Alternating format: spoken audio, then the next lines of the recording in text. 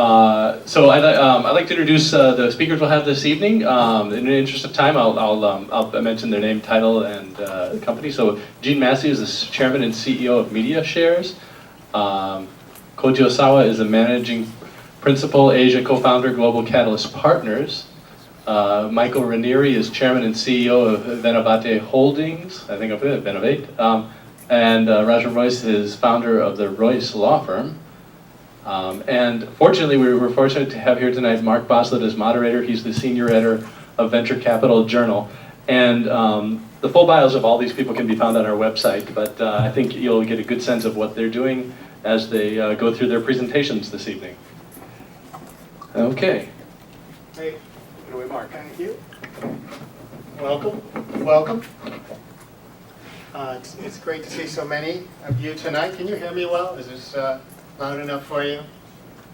We're going to go through, we have a lot of time to go into a lot of detail here about crowdfunding.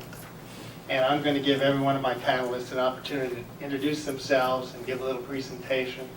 But I just wanted to say you're in the right place here tonight, because not only do we have a pretty diverse panel of some pretty smart people on crowdfunding, we're here to talk about the future of finance.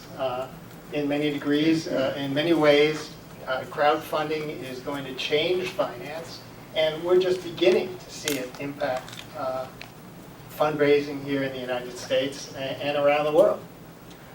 It's interesting to see such a diverse audience tonight. A number of engineers, a number of professionals, people running their own startups who could use crowdfunding themselves, perhaps someday. A crowdfunding journalist, right? An expert. And a number of investors. Now, before we get started, I just want to take a minute and see if we can learn a little more about who you guys are, because that'll help us direct our comments better. So, a lot of professionals, but how many of you have invested in a startup? All right, maybe a tenth. Just noticeable, but not a majority by any means. How many of you have participated at all in crowdfunding? Crowdfunding, a couple people. How many of you would say you know a lot about crowdfunding? You're pretty knowledgeable or an expert on crowdfunding? No, one person, okay. Well, come on and join the panel. All right, so. One from Washington, actually. In Washington? From Washington, yeah. I know in Washington National Festival. Oh, okay. Well, I really don't know whether they know too much about crowdfunding, but I can take your word for it. What I was going to say, one more housekeeping item. This is a fairly long panel, so don't be afraid to ask questions anytime throughout. We have plenty of time to take your questions, and we welcome them. So before I give my panelists a chance to introduce themselves, maybe it'd be wise for us to just go over a couple definitions. What is an accredited investor? Is this one? Yeah. Okay, thanks. Well, it used to mean a rich person 80 years ago when that definition was first promulgated.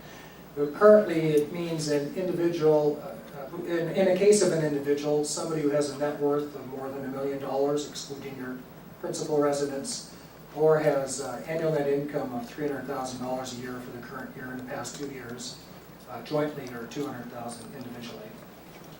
Good. And Gene, at present, crowdfunding is permitted in certain circumstances here in the United States.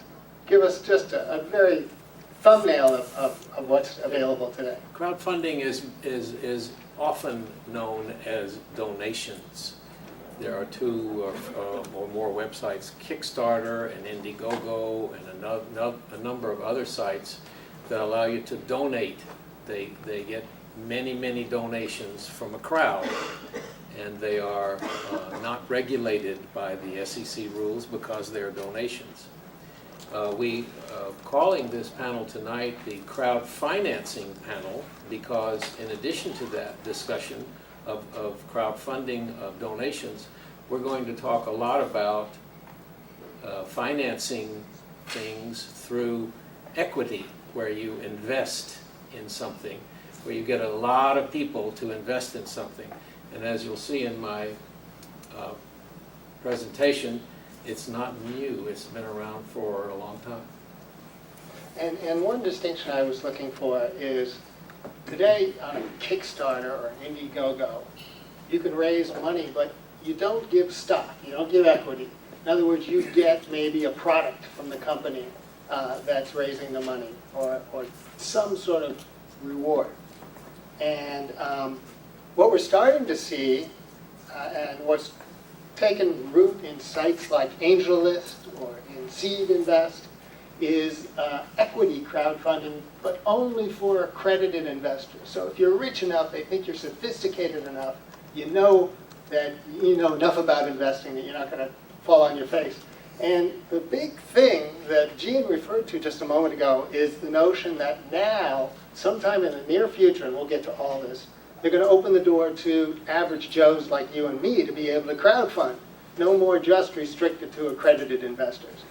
And that's, I mean, a lot of people think that's really going to be a big change, because there's maybe 9 million accredited investors in the United States, but there's tens of millions, potentially maybe 100 million Joes like me and you who might invest. Okay, so let's start and do the give you guys a chance to do a presentation, introduce yourself. Who wants to go first? Slides are up. Gene, you're number one. It's not new. It started in 1606. This is the first share of stock. They got the idea, why don't we get a little bit of money from a lot of people? And that is the actual copy of the very first share of stock, and that's the first crowd. That's the roster of all the shareholders in 1606. And it formed the Dutch East India Company, which grew to be one of the largest organizations in the world at the time. They had almost 5,000 ships. It lasted 200 years. And then we're gonna edit right now to the Buttonwood Agreement in 1792, which formed the New York Stock Exchange. And the Buttonwood Agreement is very interesting because it was formed because of the stock market crash. 2 months earlier, the stock market had crashed, and so all the brokers got together and said, we need to make some rules here, and we need to do this right. And so they started the New York Stock Exchange, and it became the birth of crowdfinancing in the United States. And the difference was you had to walk across the street to sell a share of stock, or meet someone in person, or perhaps deliver a letter to them. And then this is a device, the ticker tape, which changed everything, because prior to the ticker tape, there would be some companies that would be in the Midwest that would be out of business, and they were still selling stock on the New York Stock Exchange because the communication was poor. The ticker tape really brought some wonderful changes to the stock exchange. As you can see, though, it didn't do much for fashion at the time. Then the telephone came in. That meant that you could actually call up people on the telephone and sell them stock. And so that was a big, big change in the world of stocks, because it enabled you to reach out to a lot of people. Instead of mailing them a letter or walking across the street, now you could call up a whole big crowd of people. And then in 1969, something really big happened. Does anybody know what that is? That's a diagram of the very first internet connection. And that's a diagram of the internet connection as it grew. And then the stock market discovered, hey, we can actually sell stock on the internet. This is 1991, the formation of E-Trade, and others soon followed. And in I think it's 2006 was when Kickstarter started. This is an example of some of the postings on the donation sites. Everybody got wind of using the internet to raise funding through donations. And the reason it was done through donations was because it was not legal in any way to do it at the time through equity, except doing an IPO. And in '95, the SEC made some new rules that allowed us to use the internet in some manner. And then something really interesting happened a few years ago. A fellow heard that Pabst Blue Ribbon beer was for sale. The company was for sale. And he started a website called buyabeercompany.com. And he got $280 million in pledges before the SEC shut him down. And No beer though. no, well, that's what he was going to do. He was going to give you a 6-pack of beer if you bought a few shares of stock. And so he set up a website. Now what it did do was it proved the model that you could get a lot of people to invest on the internet. The problem was he didn't do it legally at the time, but he did draw the attention of this man here, Patrick McHenry, filed a bill in the Congress, he's a congressman, number 2930, and that's what started the Jobs Act. That's what he said, you know, wait a minute, we can actually use this wonderful new internet to get funding for small businesses. And so that's how the Jobs Act actually began. It proved the model. You can get money from fans, users, customers, affinity groups, and this is the way that many companies want to address this internet audience in order to get the funding they need now by financing. The Jobs Act, which Roger is going to talk about later, I don't want to steal his thunder, but it had a number of wonderful new rules that allows us to use the internet. At the moment, it's only accredited investors. Now, I personally think that's not fair. Do you mean because a person is poor, they can't invest?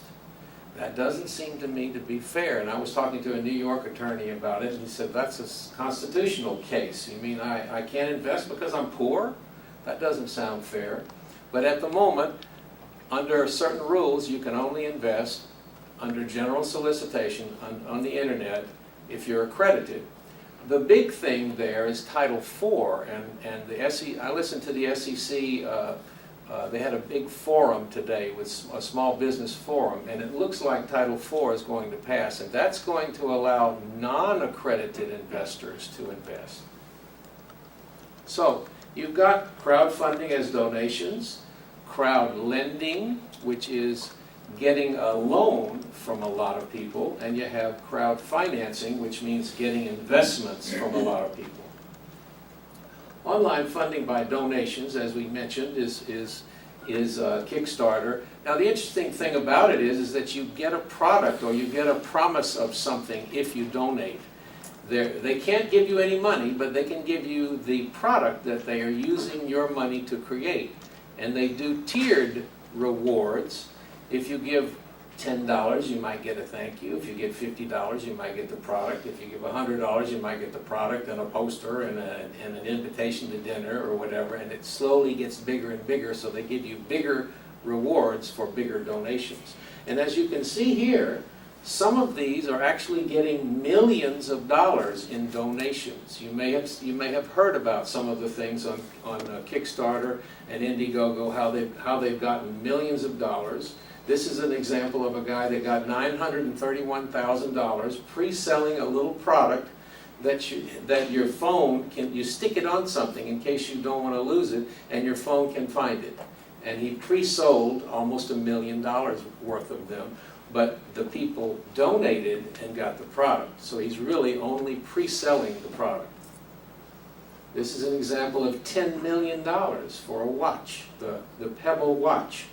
He got $10 million in donations, but they were really pre-selling the product. If you gave $200, you got the watch. If you gave $500, you got a red one, and that sort of thing.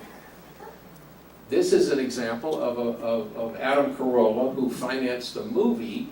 Now, the reason he got $1.4 million in 30 days, the reason he was able to do that is because he had a radio talk show, and he had a lot of listeners. And he also created one of the funniest trailers I've ever seen. When you saw it, you want to fall out of your chair laughing. It is so funny. And he got a lot of money that way by having a large crowd that he could address on his radio show, and having after he directed them to their website, he had a funny trailer about the movie that he was going to make. Online lending is very popular. This is the YouTube channel for the Lend It conference. Media Shares actually did the live broadcast for Linden. We made 70 different films to go on their channel of 70 different panels and companies that presented at this conference here in San Francisco. Huge business is online lending. You basically, Lending Club did $2 billion in loans in the first quarter of this year. They just filed for their IPO. They, what they do is that you post your need for a loan on their website, and the crowd loans you money. They may loan you $100, $1,000, $5,000, and so you basically do crowd lending. I believe there's a gentleman here that also does that, and that's going to be a very big business. Somebody said something there at that conference that really was very interesting. They said, you know, it took Walmart 12 years to realize that Amazon was a problem. He said, do you think Citibank is worried about crowd lending, or peer-to-peer lending? They're not worried about it yet, but it is going to be very big. Real estate is being financed this way. There's a patch of land. There are other solar homes are being financed through crowd lending. Online investing, Rule 506 of the Jobs Act. This allows you to generally solicit now under 506C. Michael is going to be talking about his company that uses this rule in order to raise funding on the internet from accredited investors, and they're doing it for real estate. All sorts of, the crowdfunder is doing it for small businesses, as you can see there, and you post your offering on a website, and you can now go out and raise money. Instead of going to a venture capitalist, you can post your need for capital on this website, and you click on one of these things that looks interesting to you, and you go to their thing, and you see their video, and they explain what they're doing. And sites like this deliver all the disclosure documents, and do all the money changing and everything that needs to happen for the investment to take place. That's big. Now, public stocks, the interesting thing about crowd financing is it has the possibility of changing and returning IPOs to what they once were. Right now, most people will agree that an IPO is an exit strategy. It's a liquidation event for people that want to cash out, that have already invested in the company, and now the insiders, the company principals, the people, the venture capitalists that invested in the company, they want to cash out and get their money. Okay, well, when Microsoft and Intel went public in the 80s, they've experienced 90% of their growth since they went public. They got growth capital in the 80s. That's not so prevalent now. Now it's more of an exit. But if you crowd finance, if you go out to the general public and allow people to invest in your IPO at an early stage or an earlier stage, then you have the opportunity for the public to participate in the growth of a new company. So instead of the venture capitalists making all the money, no offense to the venture capitalists, by the way, but if you, instead of the venture capitalists and private equity people making all the money, this would allow the general public to invest at an earlier stage. Stock trading, this is what stocks have become. They've become trading. If you, as a matter of fact, if you even go to E-Trade, it says E-Trade. It doesn't say E-Invest, right? And you go to listen to the TV ads. It says, "Do your trading with us. Do your trading with us. We have ways to cheap trades." It's all about trading. You don't hear so much about investing, and that's because the brokers make their money on trading. They make a commission on the trades more than they. Not very few companies will do underwritten IPOs now. So only the big guys are doing that most of the time. And so, what crowd financing can do is, like bank is doing, they're a company to do IPOs at an early stage for new, young companies to allow the general public to participate in an IPO. Now, the nice thing about a fully registered IPO, and by fully registered I mean it's been through the IPO process, which is very expensive, several $100,000, if not more. The interesting thing is you can sell the stock to non-accredited investors. It doesn't have to be accredited. So if you do an IPO for a young company, non-accredited investors can invest. And that's a huge advantage, both for the investor and for the company. That last one is That's a Loyal 3. They're doing, both Bank and Loyal 3 are doing IPOs by selling shares to the crowd. And instead of requiring you to pre-fund a brokerage account for $1,000, they're allowing you to invest just a little. As a matter of fact, Media Shares has quick shares. You can invest very little. You can invest $10, $50, $100. We have an arrangement with a brokerage that will allow a non-accredited investor to invest tiny increments in something. And that's basically, that's how you would fill out a normal brokerage form. Everything with crowdfinancing and IPO needs to be just like a regular IPO, except it's not Goldman Sachs or one of the big companies. It's a smaller company. And that's it. Thank you very much. Well, great, that was good.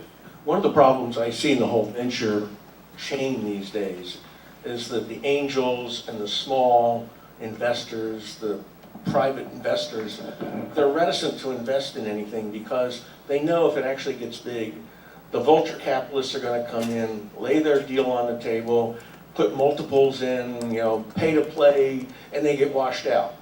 So to try to get an angel to invest in anything that isn't going to have an exit within $3.5 to $5 million, from my perspective and experience, is almost impossible these days because these guys know they're going to get washed out. Remember, there's some venture capitalists in the room. Yeah. They're going to come after you. All right, well, What's your hey, question?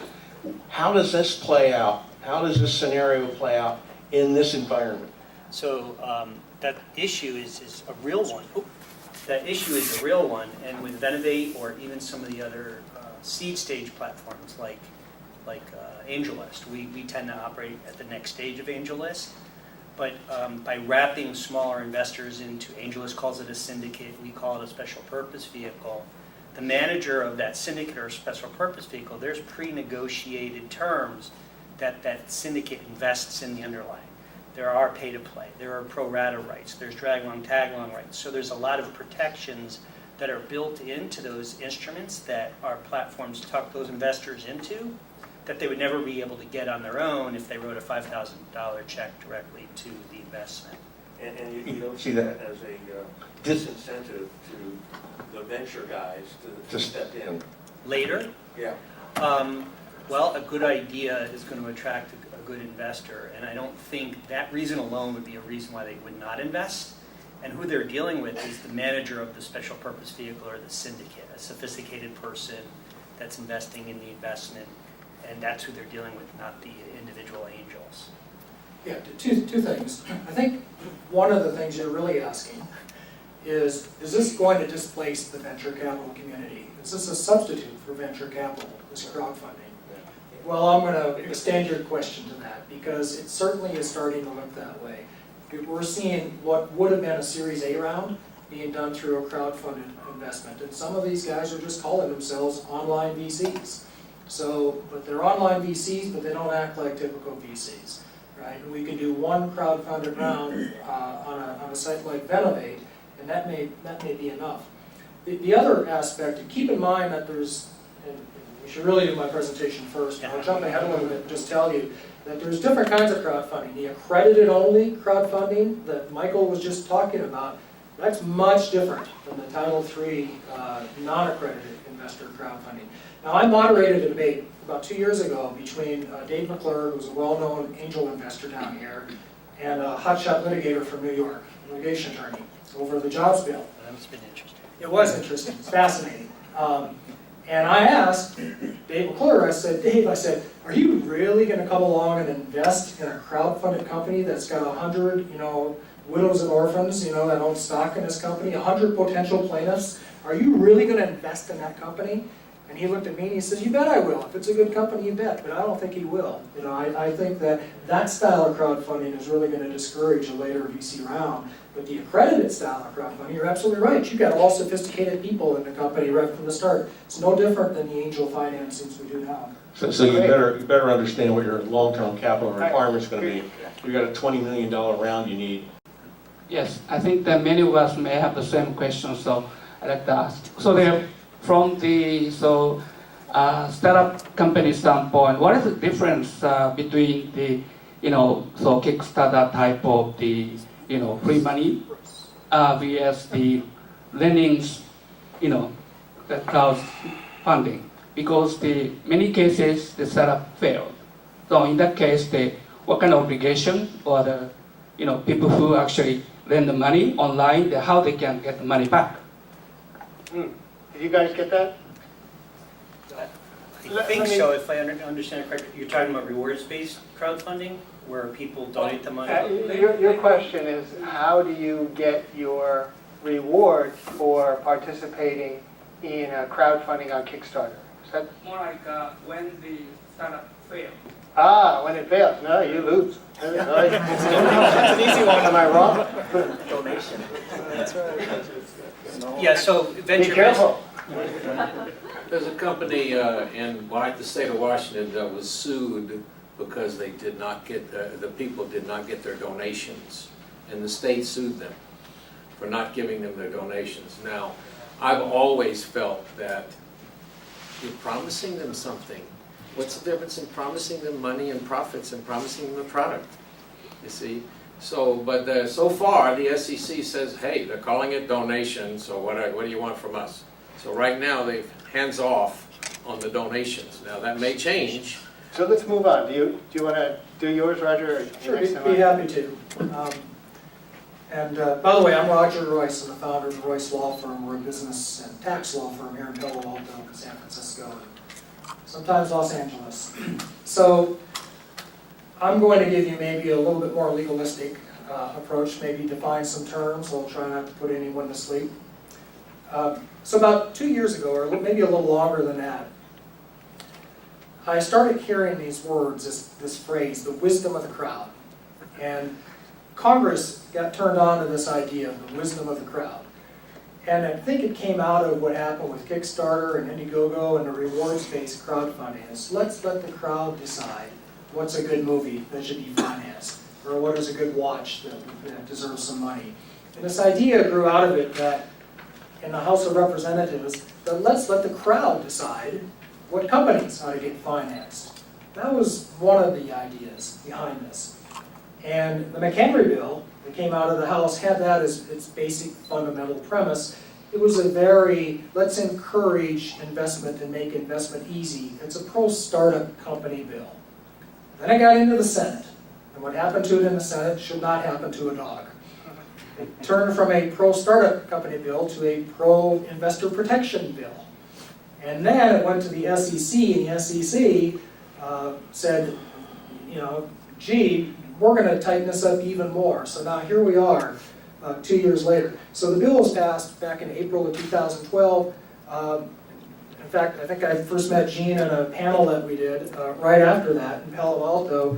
We were all so excited. We had this new law that was going to allow startup companies to access billions of dollars of previously untouchable capital. And it was a good bill. There was accredited-only crowdfunding, and then there was this Title III crowdfunding where unaccredited investors could invest money.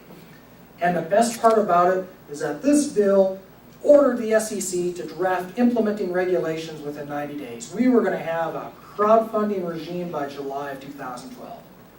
We still do not have that. Okay? The SEC just has not been able to finalize any regulations. We've got proposed regs, so we have an idea what's coming, but it's still not there. And we've had a lot of time now to think about what that means and what the challenges are and what the opportunities are. But what we've got, however, is what I call accredited crowdfunding. And we'll go through that in a little bit here. So here's an overview. The idea was to improve access to capital markets, of course, by providing an exemption from registration. Because normally securities either have to be registered or they have to be exempt. So this was an exemption from registration. So let me just jump ahead a little bit to some of the key provisions. So one concept was to extend the exemption for private offerings. This is what we call Rule 506. So now when your VCs do investments, when we do private placements here, we rely on Reg D and Rule 506 under Reg D in particular. It's an exemption for registration. One of the fundamental characteristics of that rule is that there cannot be a general solicitation. You can't advertise the sale of that security. That's 506, and that's the problem. You can only go out and issue securities to people with which you have a pre-existing relationship. For the most part, it's only to accredited investors. There are some exceptions that maybe we can talk a little bit about, but primarily to accredited investors and without general solicitation. So what has happened in, okay, let me back up to the crowdfunding that you probably heard of, which I call retail crowdfunding, is that the proposed exemption was to allow private companies to sell up to $1 million of securities in a 12-month period, provided that we met these limitations. So you could be unaccredited, but you couldn't invest very much primarily, 10% of your annual income or net worth. Okay, and again, we're still waiting on regulations. Why is this so problematic? Because there were a lot of rules placed around it. First of all, the investment had to be made through an intermediary, a funding portal, or a broker. A business plan had to be filed with the SEC. Financial statements had to be filed. Sometimes they had to be audited. Keep in mind, this is $1 million investment we're talking about. Okay, hey, where's my accountants in the room? Are we CPAs here? How much does it cost to audit financial statements for a company? It's quite a lot, isn't it? So you can see how the transaction costs are going up. Annual SEC filings, the business plan, because it had to go through the portal, it would probably involve a broker, and they're going to take their X%. So you can see that there's a lot of requirements. Now, those are the problems, and I guess the points for consideration here were not only the costs of all the disclosure and reporting, because I think that's not insurmountable. I think that technology can solve a lot of those problems, because there are a lot of smart people working on this. The other issue that we see, that we heard a lot about, is people said, well, you know, gee, there's a high risk of fraud because people who are not sophisticated, you know, are going to be sold these securities. Well, okay, we can argue about that, but that was a concern that was raised. You know, the other issue is that the people who would be involved in the offering, this is kind of a technical legal point, but there was a higher standard than under your typical accredited only investors for the offeror. You know, in securities law, we have the same seller beware. It was especially true in these sorts of offerings. People could be sued for participating in them, including the lawyer sometimes, for material misstatements, even if they didn't have actual knowledge of those. So that's some of the problems, and that's some of the things that's kept, I think, those rules from being in effect. So Rule 506, general, so there's two kinds of 506 offerings now. There's the kind where there's no general solicitation like we always used to do, and then there's a kind where you can go out and solicit. And by solicit, I mean advertise. It's what Michael's going to talk more about. And you can do any kind of advertising that you can imagine, really. You know, somebody could theoretically go through the phone book and start calling people trying to sell them that solicitation. And that is now allowed as long as all of the purchasers in the offering are accredited and that the issuer can verify that they're accredited. I'm going to let Michael talk about the verification rules, because I know that's your business and you probably dealt quite a bit with that problem. There are some proposed rules that increase the filing requirements and the reporting requirements. Okay, they're just proposed, but this is something else that people have been choking on a little bit in 506C.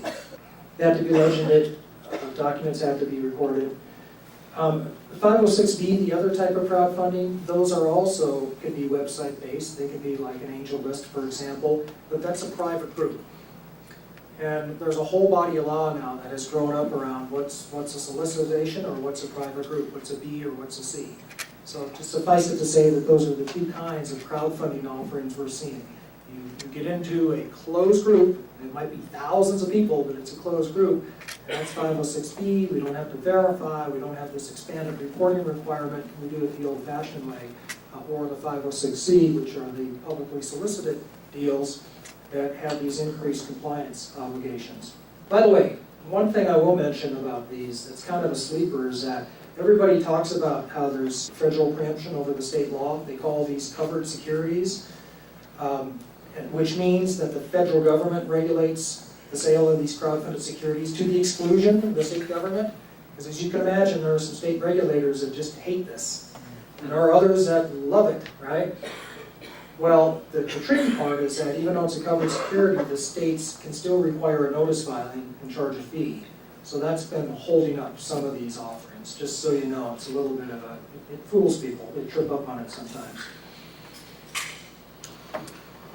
You know, before I talk about pitch Roger, competitions. I have a question about that Yeah. one state thing. Okay, Can you pay the fee and file a notice only if you take money out of the state? you would have, well, you're I selling, mean, if you if I sell, make the offering to everybody, and let's say I only sell 5 or 6 states, do I only have to file in those states, or I have to file them everywhere? yeah, it's the offer or sale of the security in the state. So that would imply, I know what you're saying is if somehow the offer lands in the state, but you don't close a deal in the state, is that what you're thinking of? I think that depends on the state, because they are entitled to impose a notice filing. And in practice, I've never seen doing a notice in a state if you didn't have an investor in that state. In practice, I've just never seen that happen. That's what I thought. I thought if you only file it if you sell in that state. I think that's the practical rule. Because you can't stop an offering from, especially a solicited offering. By definition, you're right. It's gonna hit every state. Send your check for legal advice to this address. All right, well, let me move on. So what I was gonna say before we get to the pitch competitions, you know, the future of this is huge. I was reading some statistics today about how big this market has gotten. And just anecdotally, I will tell you that I've seen somewhat of an explosion. You know, we're doing a lot of these crowdfunded deals now. And that's why I say it's starting to displace the venture community in Series A deals. There's so much money that's been freed up. People are starting to understand the rules. They're starting to get comfortable with it. And I've seen statistics that you just wouldn't believe, so I'm not going to repeat them. But people expect this to be a huge industry going forward. And it's expanding not only in size, but in scope. Just today, I read in the legal press that there's a company in New York that has crowdfunding lawsuits. So if I'm suing Gene for some disparaging remark he made about me on film, I can sell part of that claim. I can get all of you to chip in and pay the legal fees. Think for I'm that. right? And they do it too, I tell you. The last thing, I don't want to leave this without mentioning pitch competitions. There's a difference because a lot of startup companies in here, you know, I want you to walk away from here taking away something really good that you can put in your pocket and remember. So if you don't remember anything else, I said remember this, be really careful about pitch competitions. And there are demo days, which are okay, and pitch competitions, which you have to be careful about. Because remember what I said about this public solicitation? So if you get up in front of a crowd of people like this, that's open to the public, and say, this is, you know, these are my financials, this is how much money I'm raising, gee, would you like to invest in my company? You might have done, you know, you might be a 506C. You might have done a solicitation, which puts you under this more extensive regime, and it disqualifies you basically from relying on the older regime, you know, that did not have the increased compliance burden for at least 6 months. So be careful about that one. A question, do any of you guys have any published guidelines as to what thou must have at these different levels and what thou must avoid to not trip from one into the other? Well, I'm glad you asked. In fact, I do. If you go to royceuniversity.com, you'll find a ton of resources on this. We have memos, we have outlines, we go into great depth on this. We do have kind of a handy guide. I mean, I could go through it with you here, but this is the kind of thing you probably want to download and take away. But I'll just give you at the high level. Number one, are you demoing or are you pitching? Okay, that's the first question. So are you just going to tell people what your company does, or are you going to ask them for money and tell them about your financials and that you're raising money? Now, if you're demoing, you're okay. If you're pitching, then the next question is the public allowed to come, or is it a closed group of accredited investors only? If it's just accredited investors, that's okay. You're still within this exemption. If it's open to the public, well, you're probably a 506C. You know, you're probably not a public solicitation, and now you've tainted your company, or your offering anyway, for at least that offering. All right. Is that it? That's it for me. Very good. That was great. As you can see, great detail. As you can see, the legal framework is starting to evolve to allow conflict resolution. When, as the gentleman pointed out, there's a fraudulent company that you put some money in. Now you're going to have a legal framework. It's evolving. I see a couple questions. You want to quickly jump to them? And then we'll move on with our presentation. Here you go. Go ahead.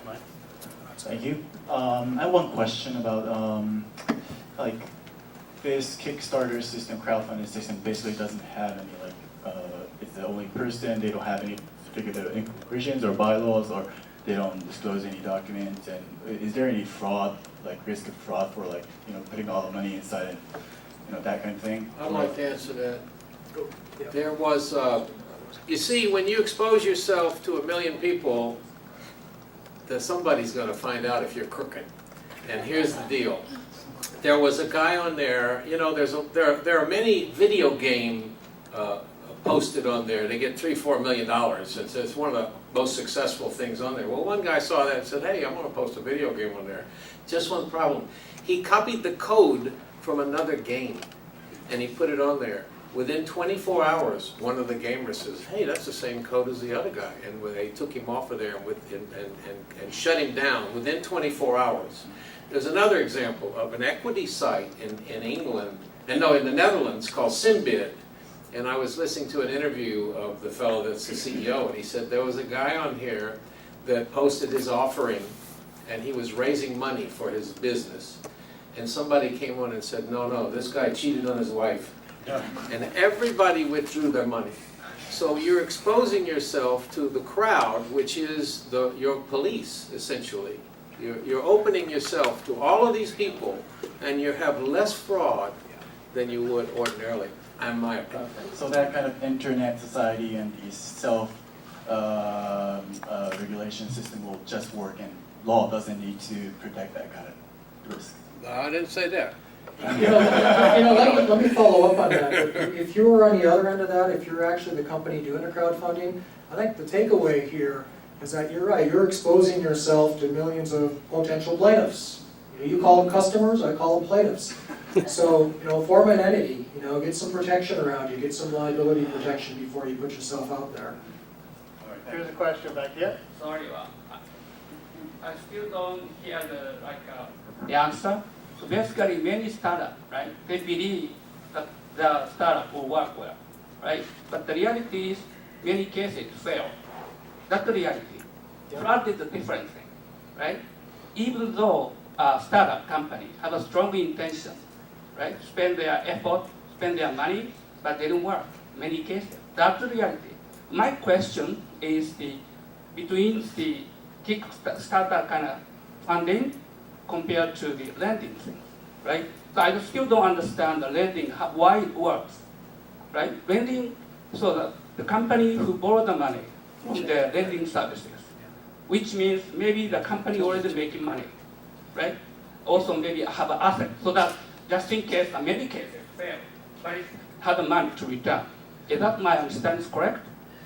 Right, and I can answer that if you'd like.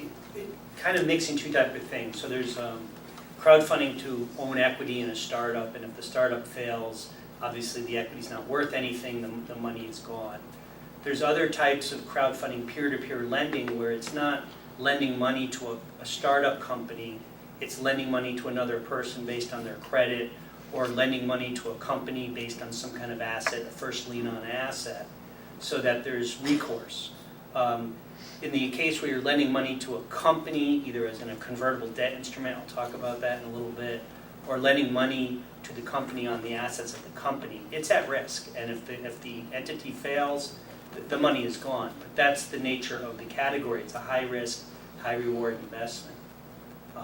In the case of peer-to-peer lending, that's almost turned really into an institutional product. There's really no such thing as peer-to-peer lending. If you look at Lending Club or Prosper, what that's really turned into is large institutions with large funds making many, many loans to individuals, and they take a portfolio view. And people are investing in their fund to do that. And the really important way to invest in, say, a peer-to-peer lending company is not in lend to one person, but to 20. And therefore, you are managing your risk and the default rate over a number of different investments. The same approach should happen with startups. If you're only investing in one startup, you shouldn't be. You should be investing, if you're doing that kind of activity, 5, 10, 15, 20, so that you have diversity of risk. Good answer. There's one more question back here. Hi. In truth, I'm trying to build a crowdfunding website now, and it's almost done in our testing mode. So we are analyzing the scheme of the crowdfunding. So we have 3 questions now, and one is, for example, the Kickstarter is a cross-nation service. Kickstarter accepts for donation or paid or by the euro. So not only for dollar. And if there is some fraud and some project built from Europe, and people pledged to buy the euro, and which law covered this one? This Good issue? For question. rewards-based crowdfunding, or if you're Well- owning equity? The question, I think the question is, what happens if you're doing a crowdfunding campaign that extends across international borders? And you're a European company and you're an investor in the United States. How do you resolve conflicts at that point? Right? Two more questions. Okay. I'm not sure that there really is a framework now for resolving international disputes in crowdfunding at this point. Do you know of any, Roger? Because Kickstarter accepts euro. Let me, again, like Mike says, we have to be more specific. So are we talking about rewards-based crowdfunding? So on Kickstarter? Yeah, Kickstarter. So when you sign up on Kickstarter, I don't know, but I'm sure they would be well advised to have you to agree to some sort of dispute resolution mechanism and consent to jurisdiction and things like that. But I think absent that sort of agreement, then it's just like if you bought something from someone through the mail, right? And you're in Australia and they're in California and you buy through the mail, and you're unhappy, you're going to come here to California and sue them. Same problems. Yeah, but the bigger issue that you're alluding to, and this is a legitimate one, is that the world is getting really smaller with the internet, with these vehicles, and all your investors are all around the world now, and they don't have the traditional means for doing due diligence, right? They're not going to come and sit down and look at the properties.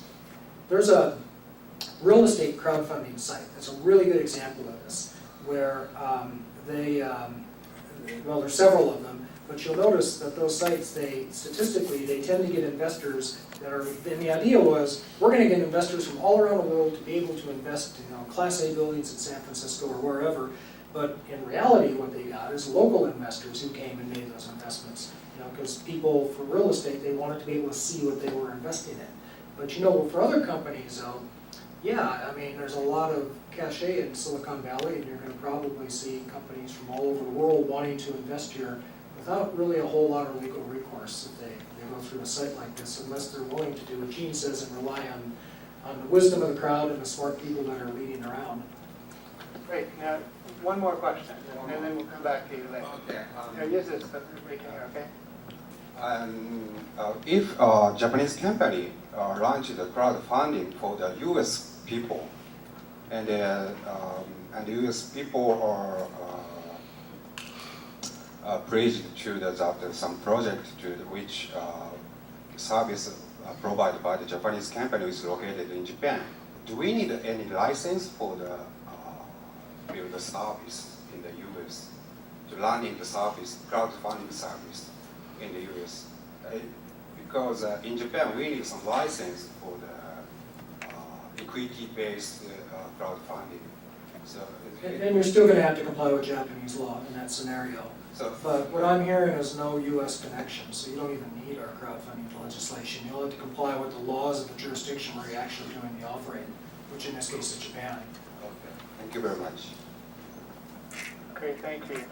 And if you have more questions, we'll come back to you in a little while. We're going to get you that site fixed tonight.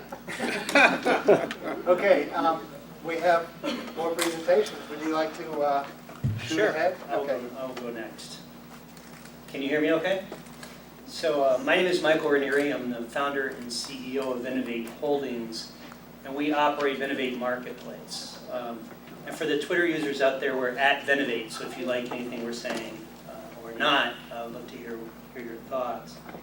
Well, Venovate Marketplace is a FINRA broker-dealer in the US. It's a SEC-registered alternative trading system, which means we can do primary and secondary fundraisers, and we are a registered investment advisor. So rather than coming at crowdfunding as a crowdfunding portal, we're coming at it as a financial services firm under the regulation of FINRA and the SEC.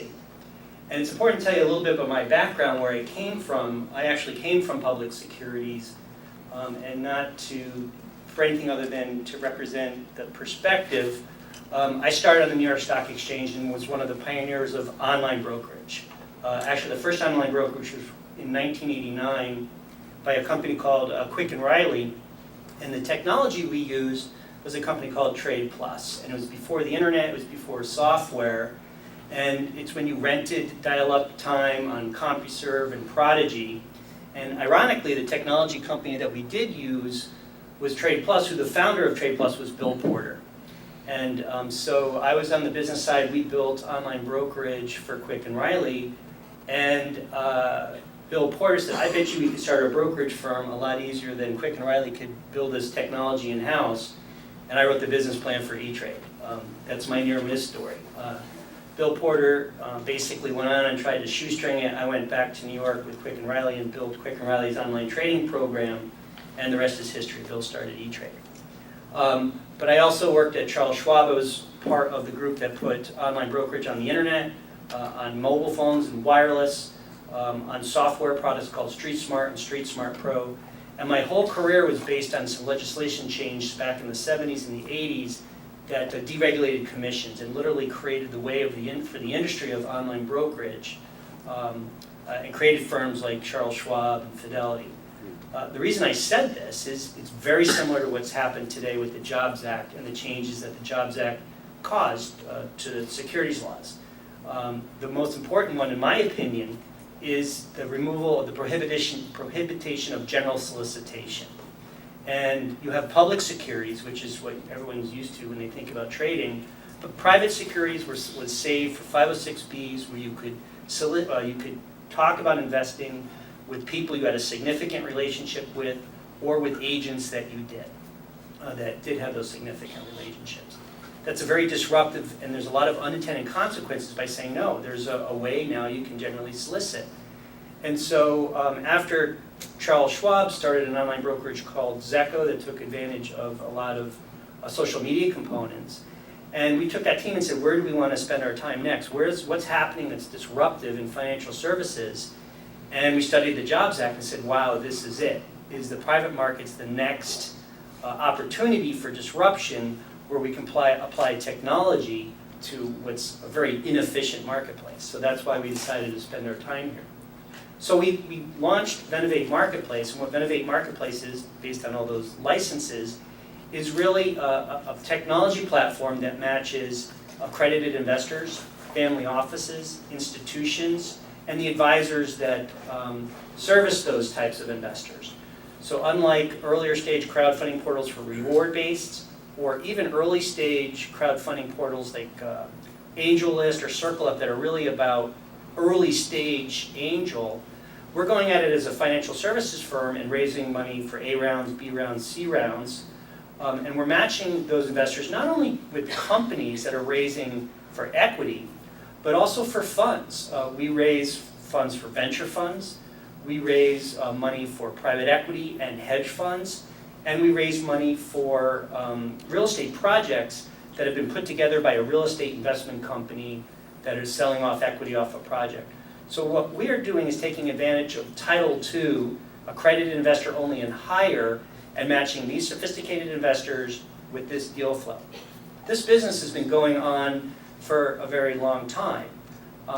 But because of the Jobs Act, what really is out there is a very fragmented market. You have relationships and relationship-based selling of attracting deal flow, and with the laws of needing a significant relationship, you have small markets, very fragmented markets. And you don't have to look too far lately that a marketplace does very well making a fragmented market very efficient and very valuable.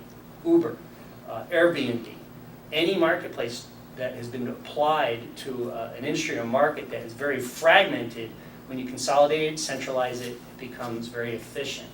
So that was really the combination of the Jobs Act and applying a marketplace to a fragmented market was the impetus of why we started the company. So what we did as a platform, and what Venovate Marketplace does, is we put the whole investment process online, starting from search and discovery, helping these types of investors that I described find the type of alternative investments that they're interested in based on their expressed interest. The due diligence process is online. A deal room that presents all the materials that you would either need to make an investment decision, right up to the documents that you would sign to see what the pro rata rights are and what the Joe Agarlong rights are. That all of that is upfront and center in the platform. We put the whole investing process online, the process of committing to the investment, to present the documents electronically, to collect those signatures, right through to collection of money, the on-demand escrow account, to collect the funds and disperse the funds to the issuer. So what we've done is created everything that happens pretty much manually and through paper, all online. But that's a big leap. This is a relationship-based market. We are a high-tech, high-touch, and I borrow that from Schwab. What I mean by high-tech, high-touch is, yes, there's a platform that makes this more transparent, efficient, and accessible, but it requires professional executives. So we have licensed professional executives that work with investors to make sure they understand what their objectives are and present deals that are on the platform to them, not only electronically through push, putting it on their dashboard, things like that, but through consultation. We have investment executives on the issuer side, soliciting quality deal flow, vetting those deals, helping them on board on the platform, and we curate. We do due diligence on those deals, not to the point where we're underwriting the deal, but fact check to make there's no bad actors, making sure all the claims that are made within their documents are verified. And because we can do both 506B and 506C private placements on the same platform, we've been able to build in all the things that we need to do to support that. It goes all the way from verification of the accredited investor to make sure they're truly verified, out to the due diligence that I spoke of. So it's really a high-tech, high-touch model that we've built. So what our mission really is through technology and through people, is to transform the private securities market into an accessible, transparent, efficient, and compliant market, coming at this as a financial services firm, not an internet technology startup. So that's kind of the overview of Venovate and what we do and how we go about it a little bit differently. And I just wanted to share some data about the marketplace and why we think we're pretty well positioned, but what's really happening, the shift that's happening from moving assets from public securities, traditional investments, to more alternative styles of investments, and I think it might help the discussion a little bit. So institutions are increasing their allocations to alternatives. Basically, if you take a look across private equity, hedge funds, real estate, and infrastructure, the plan for next year is to increase allocations significantly across all those categories.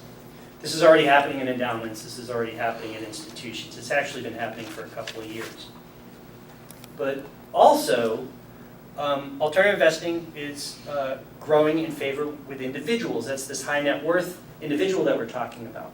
It's not just accredited investor. There's different levels of accreditation. There's a qualified client of 2 million liquid net worth. There's a qualified purchaser of $5 million of net worth, and then of course the qualified institution. But U.S. high net worth, the accredited investor that everyone's talking about, and I personally think that's where crowdfunding should stay, grew to levels, the population grew to levels of 4 million and 13.9 trillion in 2013. And then the shift that the institutions experienced from 2013 to 2014 went from 9 to 13%, the largest increase across all asset categories. So investors are moving this money from traditional equities, cash, fixed income into real estate and other alternative models. Now, I've lived this story before. The relationships models are also shifting, and this sounds like deja vu all over again, but they're shifting to a high-tech, high-touch service, a la online brokerage in the 90s and 2000s. High net investors are demanding new technology-based engagement models, and there's a real split. High net worth investors under 40, 38.5% prefer digital contact compared to only 5.2% of people over 60. So we're kind of betting or playing on this shift in demographics that even high net worth individuals playing in an alternative space are ultimately going to want to rely on a platform, but have an individual too. And they'll use the platform for the types of things they'd like to do for themselves. Monitor, research, search for ideas, execute the trade, keep track of it. But ultimately talk to an individual for value, not for service. Younger high net worth investors are twice as likely to use newer digital channels to help research, manage, and monitor their investments. And you can see the last three categories, mobile, video, and social media, play a big, big role. And that's what we leverage for 506c private placements. So when an issuer registers as a 506c, because we're the brokerage firm behind them and can validate that every investor is verified and that we've done due diligence on all those deals, that frees up the issuer not to have to worry about if they're pitching or demoing. Can talk to anyone, whether they have a reasonable expectation of accreditation or not, and then we take responsibility to make sure that only the people that are allowed to or appropriate for that investment get in. Not just from a legal perspective in terms of being verified accredited investor, but we also have a responsibility as a brokerage firm to make sure it fits within their investment objectives as well. So that's how we approach that. So that's kind of my contribution, and hope to Great. generate some Great, interesting excellent. conversation. You realize it says confidential right here. Yes, I do. Thank you. So don't tell anybody, okay? Roger told me to put that there. Let's ask Michael the tough question. So we've been talking tonight about accredited and non-accredited investors and how you can crowdfund with accredited investors, but not yet with non-accredited. So when the law changes, and it's going to, will you go after the non-accredited investors as well as the accredited? Not under this brand, for sure. That particularly what we're doing around later stage companies, funds, real estate projects. Title III crowdfunding is different. It's a lot of people putting a lot less money in. And personally, our strategy is to stay in the accredited investor category or even above. Our real target market is advisors, family offices, and mid-sized institutions that might not have access to deal flow that some of the larger family offices and institutions have. So basically, it's going to be too big a mess to deal with. I think it's too big a mess, and I think it's going to be too onerous. And I'm a big proponent of the portfolio theory that unless you can afford to invest in a number of opportunities, you're better off investing in a mutual fund. So I feel badly that Koji's been with us, not had a chance to. He's getting madder by the minute. I can see it. So we're glad to have Koji take your turn. I'm sorry.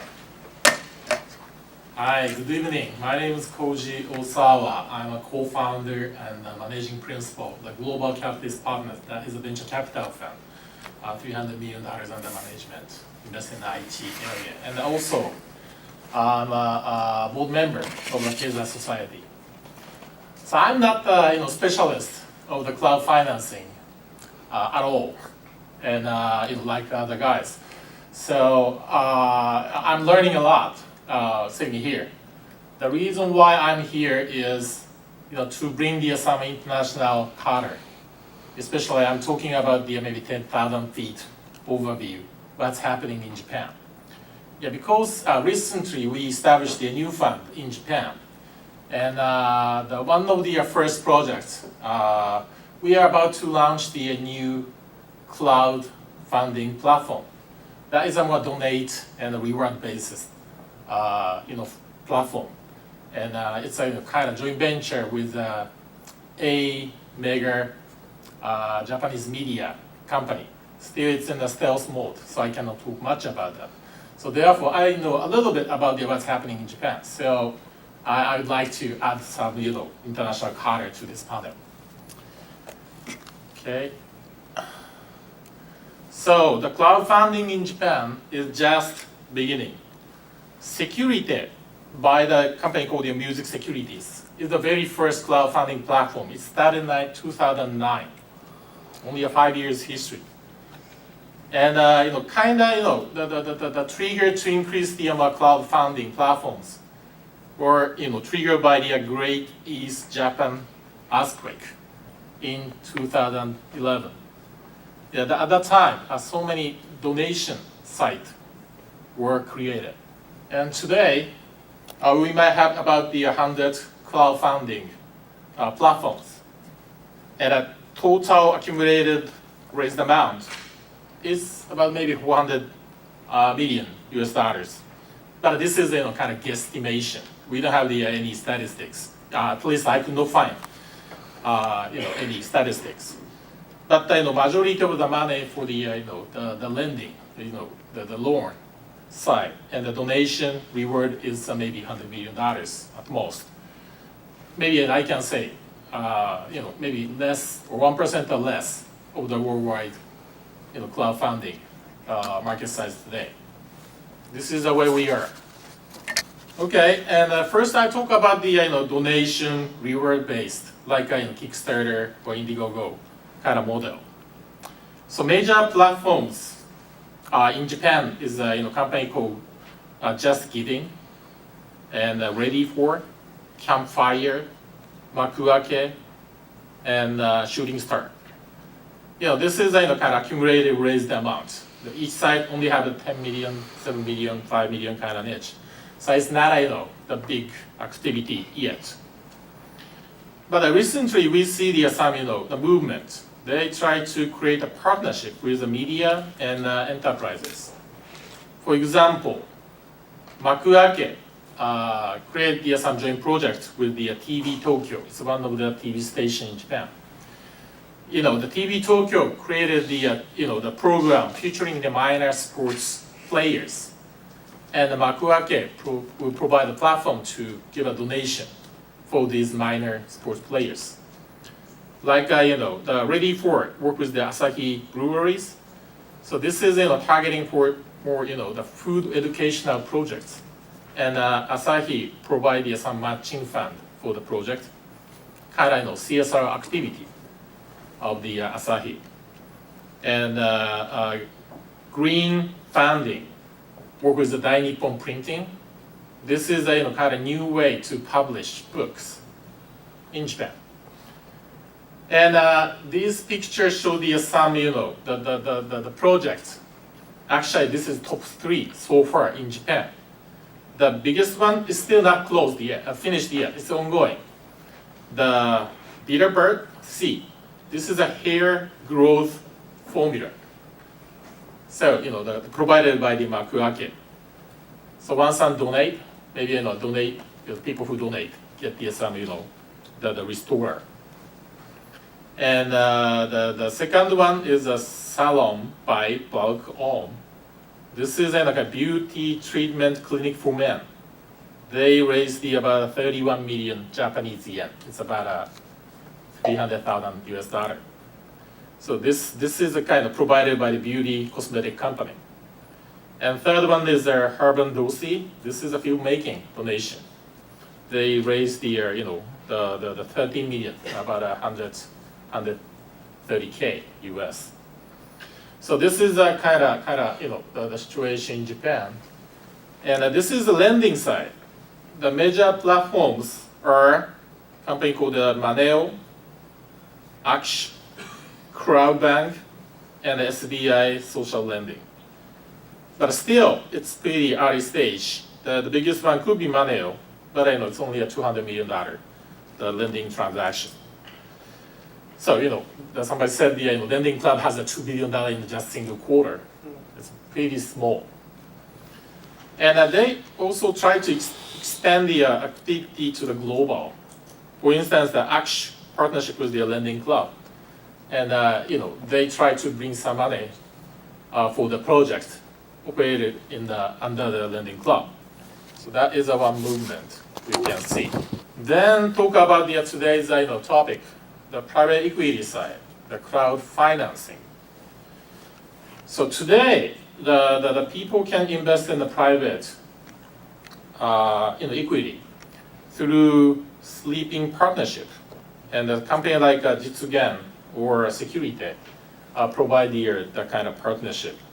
And also in Japan, we have the kind of pink sheets system. It's called green sheets in Japan. That also can trade the non-public, private equity. And that is created by Japan Securities Dealers Association. But so many disclosure rules and audit requirements, it's pretty expensive for private companies, so very few companies using this system today. So therefore, government try to stimulate the risk money supply to the private companies. They recently passed the kind of Crowdfunding Act. It was just May this year. It's called the Reverse Financial Instruments and Exchange Act. But this is will not be coming to the effect in the next year.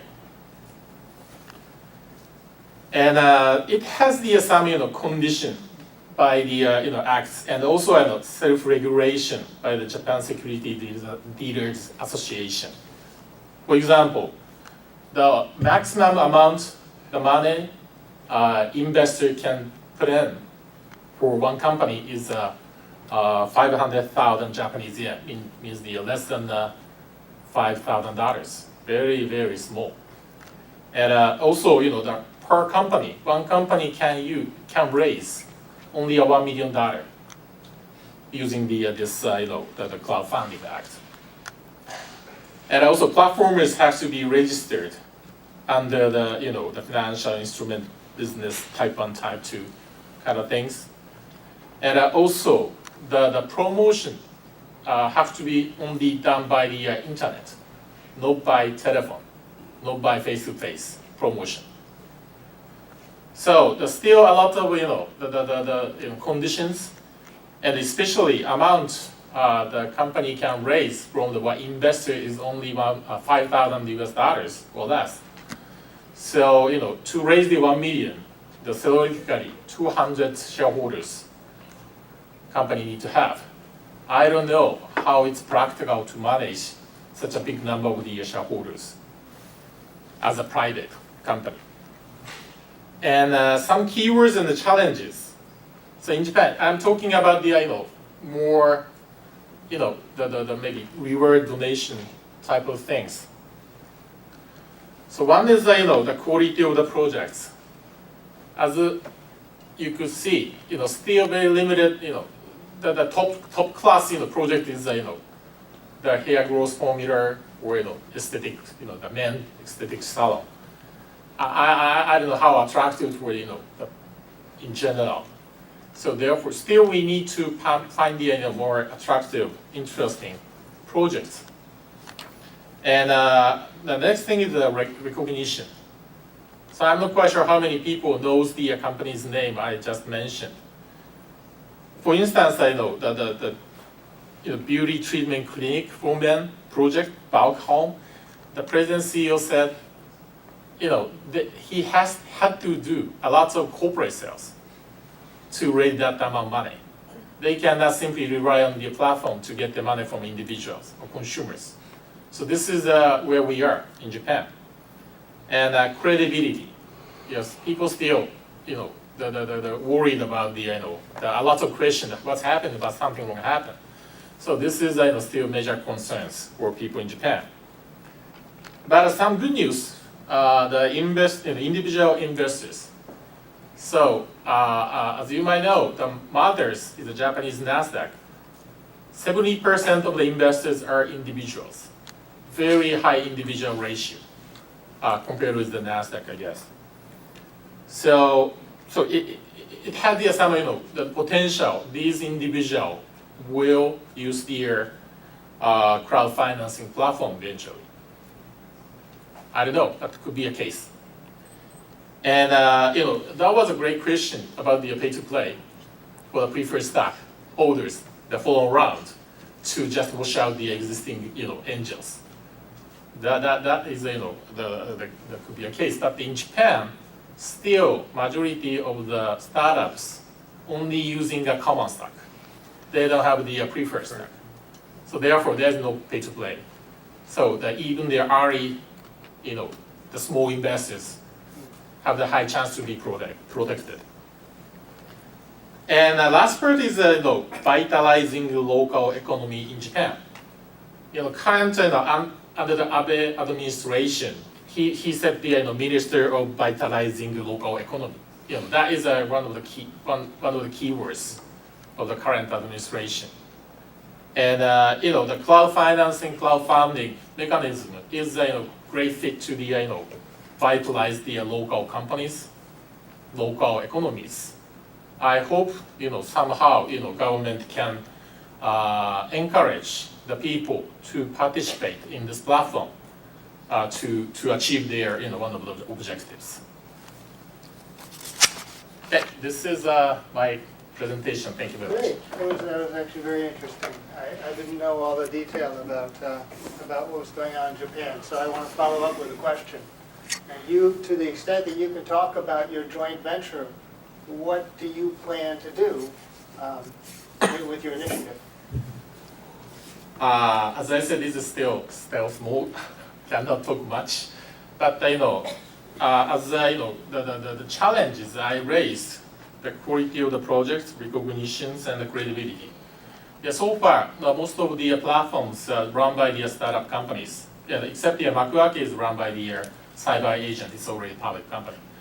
But I'm working with a major media company in Japan. They have their newspaper, TV stations, and magazines. So we can utilize these media to make the awareness high enough among the normal consumers in Japan. And also that company's name can bring some credibility. And also they have a lot of writers all over the place. And we can use these resources to find something interesting as a project, for the project. So that is a kind of high level plan I'm working on. You talked about some of the challenges in Japan. $5,000 max, $1 million. What do you think will happen down the road in Japan? Will that change? Is there any effort now beginning to change that? Yeah, Japanese consumer and the government is a very fraud conscious. And time to time, startups have faced some fraud issues. Even their funds have some scandalous fraud problems. That is very highlighted by the media. Therefore, a lot of for instance, I set up the fund in Japan. It's a Japanese fund, but I put in the GP entity in the Cayman. But it's quite normal to have the entity in Cayman. But in Japan, if I talk to those normal consumer people, I have the company in the Cayman. Oh, you are some sneaky business. Try to do something wrong. That kind of the generic perception in Japan. Therefore, government is very nervous, conservative, not to create the serious social fraud issue for Japanese consumers, because they created the system based on something will happen. So once we accumulate the track record, maybe they will release a little bit, step by step. Eventually we can raise the $10 million, $20 million. I wish, but today the first step is only 1 million, 5K per investor. Yeah. That is the starting point. Gotta get the investor used to the idea, perhaps. Right. Now, How is that working out? Huh? How is that working out in practice? Equity is not happening yet. It will be in effect in the next year. Oh, okay. So therefore, the Japan Securities Dealers Association just announced the self-regulation guideline. So the people preparing for launch. Not we don't see the market reaction yet. Well, Well, we'll expect an update next year when we're back here. Crowdfunding 2. So there's an important question that we need to deal with here in the United States. And Gene, you were just recently in DC talking to some of our government folks. What's your expectation on when the rules for non-accredited crowdfunding? They said 2 months, 2 or 3 months. So sometime in You know, I was on a panel recently in New York with some of the insiders that regularly talk to the SEC on a daily basis. And also, I was listening this afternoon. They have something once a year called the Small Business Forum with the SEC, and anyone can dial in and listen to a conference call. You're registered, and anybody can listen to what's going on and also give feedback. You can submit comments. The SEC wants your feedback. They like comments. They respond to them. And so the word is that Title IV, which to me is the most exciting one, because I don't want to see those poor people that can't invest. Title IV is going to allow anyone to invest if it goes through as they hope it does. Now, everybody has got an opinion, and when you have a government entity like the SEC, they are subject to letters from the senators. Barbara Boxer and Feinstein voted against the Jobs Act. They voted, our two senators were one of the few senators that voted against the Jobs Act. And so everybody has an opinion. They were also signed the 6 letters, a letter signed by 6 senators to the SEC, saying that they shouldn't allow title crowdfunding and shouldn't allow sales to accredited investors and things like that. So the SEC says, well, listen, they're coming from here and coming from here. What do you want us to do? And so, but the general consensus is now that there's enough opinion that it should be allowed. And so they think, everybody that I'm talking to says, they think Title IV is going to be allowed and be exempt from the state regulations. You see, right now, if you unless you're an IPO or unless you're a 506c, you've got to go to every state and get permission to sell stock in that state. If you're not am I right on that? That's right. If you're not a 506c, which is what they were talking about, and if you're not a full-blown IPO on NASDAQ or something, then you've got to go to every single state, and every state says, what? You're going to do what? You're going to sell stock in your company? Tell me about your company. And they want to know all about it, and they call it a merit review. And so it's very difficult. There's so many regulations, and it's all about preventing fraud and protecting the investor. So they're so concerned about protecting the investor, and they feel that's their job, is to prevent fraud and protect the investor, right? The SEC. Unless they use a platform that's a broker-dealer, because we're registered in every state, right? So Okay. we do that on behalf of the issuer, With a 506, though. 506B or C. Yeah. Yeah. Okay. Yeah, I want to remind the crowd that you guys are welcome to ask questions. We have a little while longer. Just put your hand up and we'll come to you. I see one in the back. Sorry, I hijacked the mic. For a Kickstarter kind of donation based, of course, this is not charitable contribution, so it's not a tax write-off or anything. But It can be. It can be. Oh, Many so- of them are tax deductible. Oh, so as long as the recipient is a 501c3, That's right. then That's you can right. write off. Yeah.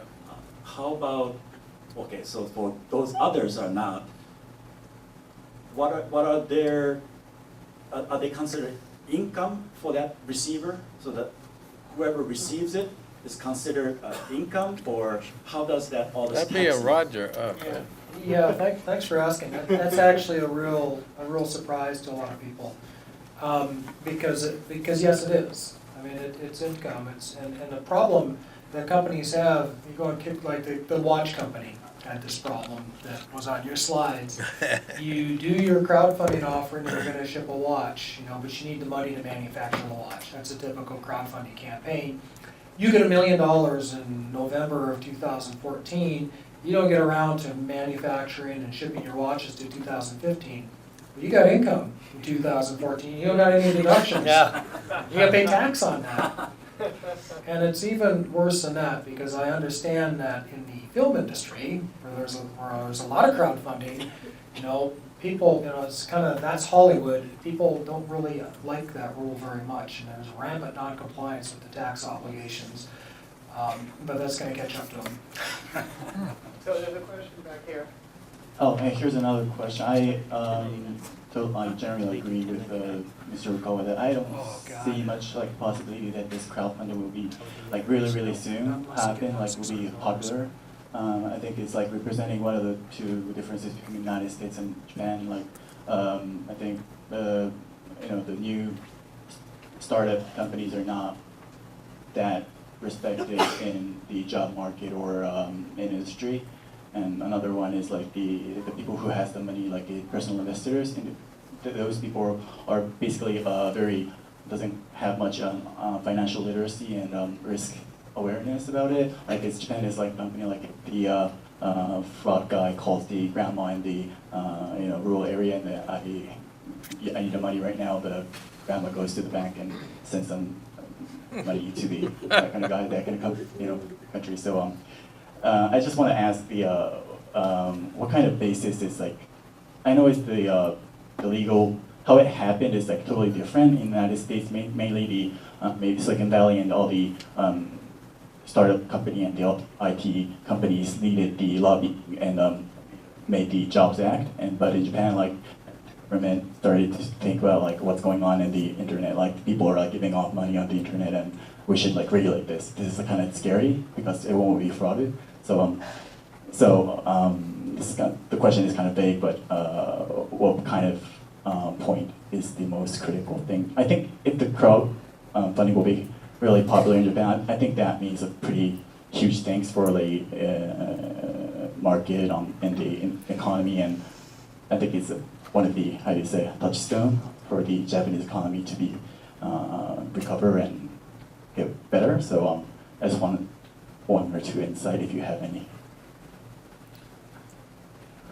I'll take a shot. One thing that our strategy is to kind of piggyback on the securities regulations of being a broker-dealer.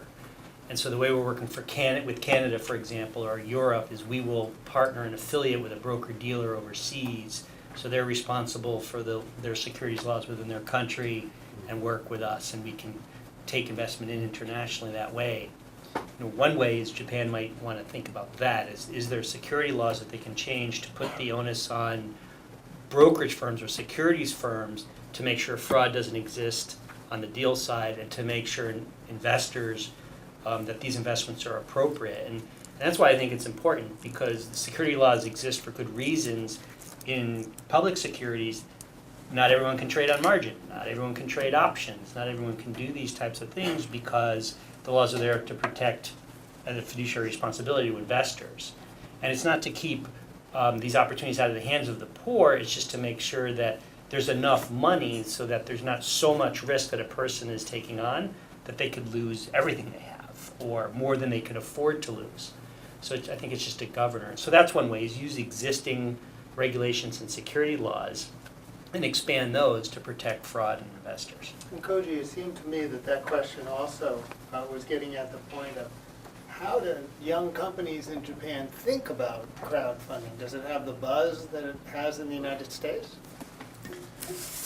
Yeah, of course, all people knows about what's happening in the Kickstarters, Indiegogo. Mm-hmm. So that this is a way to get the money to start some new projects or even around the company. So there's some excitement. Yeah, but still, as I said, platform itself is not so big yet and not well recognized.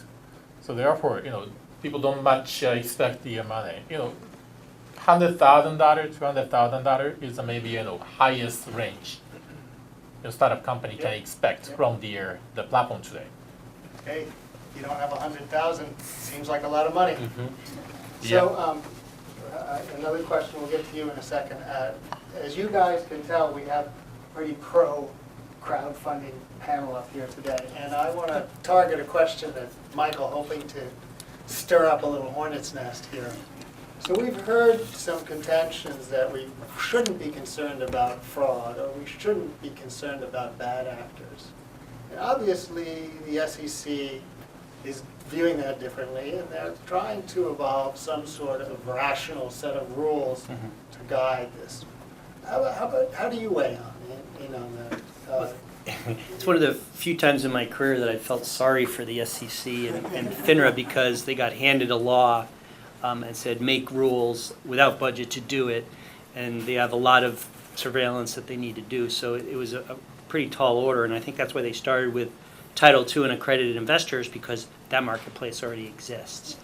And so what they did by creating a new kind of private placement, 506C for generalist solicitation, is saying, okay, we'll give some responsibility, the responsibility of an issuer to generally solicit, but what's now required is you can't just take an accredited investor's word that they're accredited.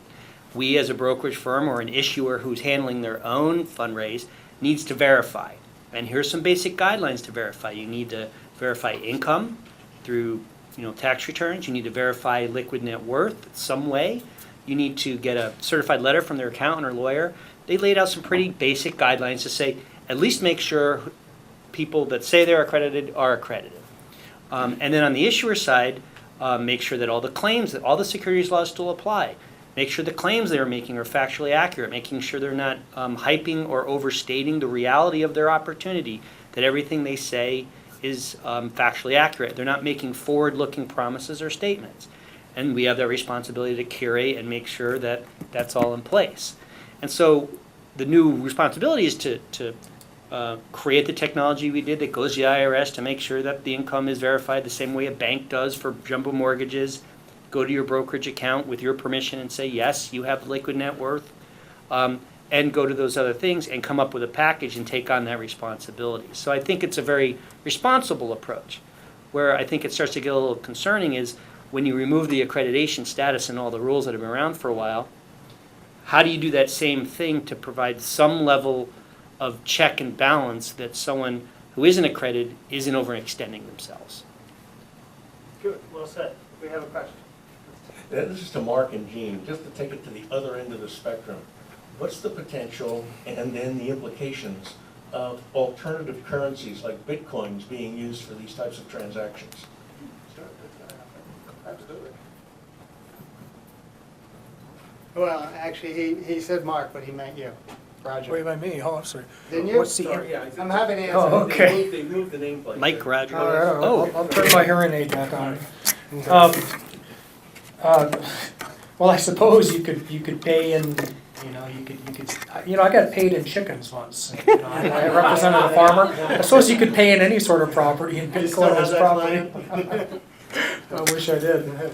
I hadn't thought about it, but that makes perfect sense But because also, is that accepted in Japan, and is that a vehicle in Japan? No. Bitcoin? Bitcoin. Yeah, Bitcoin, Mt. Gox, Oh. Bitcoin exchange, the marketplace in Japan, that was bankrupt. And at that time, a lot of people lost money. And about the same time, government announced, or government or Bank of Japan, I forget, announced the Bitcoin is not recognized as a currency, at least in Japan, so it's not happening. So I actually have a question, did you want to? I have an provide an answer? response into Oh, yeah, go ahead. what's very interesting, and I can say, what's very interesting, I can say this because there's a raise on our platform called BitReserve, which is doing a 506C. And what they're doing is taking Bitcoin as the main currency and converting it into dollars or yen or euros. And so in that regard, they're using Bitcoin in the way that the gold was used in the gold standard days. And so you can park your Bitcoin there and convert little bits of it in any currency and spend some of your Bitcoin, but in actual currency. And that's where I think it could happen. I have a question, I want to change the subject a little, unless you're really dying to say something. No, Yeah, sure. good. So this is to you. Another aspect of this whole process that we've been talking about tonight is the due diligence side. So how do you get access to the documents that you need to read? I mean, is that going to be an issue when non-accredited investors begin participating? How do you see that all evolving? Yeah, okay, so now just to be clear, you're talking about the non-accredited or the retail crowdfunding, not the kind of platform that Michael has.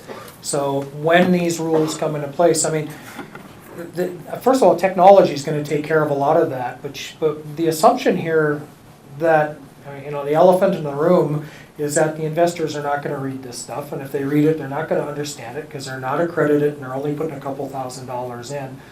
And then when it blows up, you know, they're going to find some smart lawyer who's going to say, well, look, you forgot to tell me. By the way, you'd be surprised what constitutes materiality for purposes of a securities fraud lawsuit.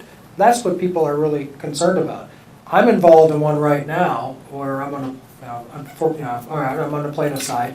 I don't often like to be there, where the materiality issue is that the promoter didn't disclose that he had a criminal incident in his past. I was involved in one where the promoter didn't disclose that he used cocaine. You know, that's material. You know, you'd be surprised what's material to an investment and will support a fraud lawsuit until you actually read it in a complaint. So the system is set up so that there's a business plan filed with the SEC, that there are documents that are made available to the investors. It's all on these portals. That's why we're using these portals. So I don't think the issue is going to be not giving the information. The issue will be that these deals just aren't big enough to do the kind of due diligence, and for people, you know, for people to hire people like me to ask all the questions and say, gee, have you ever done cocaine? You know, if you have, you should probably tell people, you know, or whatever it is. You know, I wouldn't ask that one, but you get the idea, to go through a very rigorous diligence process and make sure all material factors are disclosed to the investors. That's the problem. The concern is that that's not going to happen, and that's what's going to create these lawsuits. You know, I know Gene has a different view, so I want to give you equal time here. You're a very big proponent of non-accredited. I actually have a question I'm a for big Gene. proponent, but I also know that in these small offerings, who values them? I did a panel in New York where we had a man who's been doing certified audits his whole life of major companies. You see, when it's a major company doing an IPO, they require a huge certified audit. They go by and look at all the receipts and everything, and it's a very, very complex valuation, legal opinions, it's well looked at, so when they do come out with an underwritten IPO, everything is by the book. These little companies, who says the company's worth $5 million? The CEO says it's worth $5 million, and they're gonna sell you some stock? They're going to sell you a few thousand shares of stock, and they're saying that the company's worth $5 million, therefore your stock's worth this much. Who says? See, so that's a big it's a big issue and I'm as concerned about it as Roger, because what's going to happen? First of all, I think that the Jobs Act and these new rules are the best thing that's ever happened to our financial system. We've been going by rules that were written 50 years ago, some of them. And so we really needed these new rules to come, and there'll be more coming. Everything that's happened on the internet, no more paper maps, no more yellow pages, no more taxis. I mean, the world is changing. It's growing like crazy. And it's going to eventually, and it hasn't happened in financing yet, but it will. When an entrepreneur gets $500,000, what are they going to do? They're going to hire their friends, they're going to buy some computer equipment, they're going to rent an office, and it's going into the economy. There's nothing more valuable for the economy than financing these smaller companies. That said, the majority of them are going to fail. So let me jump in and say we're coming to the end of the night. I'm barring another question from you guys. I'm going to ask a final question, again of Gene, because he seems to have the Washington in the palm of his hand. Not really, no. But there's been talk about a Jobs Act 2. Do you see that taking place? Well, And Congressman, what will it I was take? on a panel with Congressman McHenry last month, and he said, this is before the Republican majority, but he said it looks like we're going to have a Republican majority, and when we do, there are going to be a lot of wonderful new changes. This is just what he said. they see, and most of the people, I don't know if how you guys feel, most of the brokers that I talk to are hoping for more Republicans because they believe in less regulation normally. I mean, that's just what I've heard. There's less regulation, and I think most people will agree, whether you're in banking or brokers or whatever, that you're being over-regulated. And so, to answer the question, I think it's going to make, he says there's going to be some changes, whether it's Jobs Act 2.0 or whether they allow there's some discussion over whether they're going to allow it as it stands now or whether they're going to have 2.0 and wait to a few more months and have 2.0 and go through the ringer again. Who knows? But I do think you're going to see some wonderful new changes coming in the financial system that are going to allow more people to invest in more things. With that said, please join me in thanking the panel today.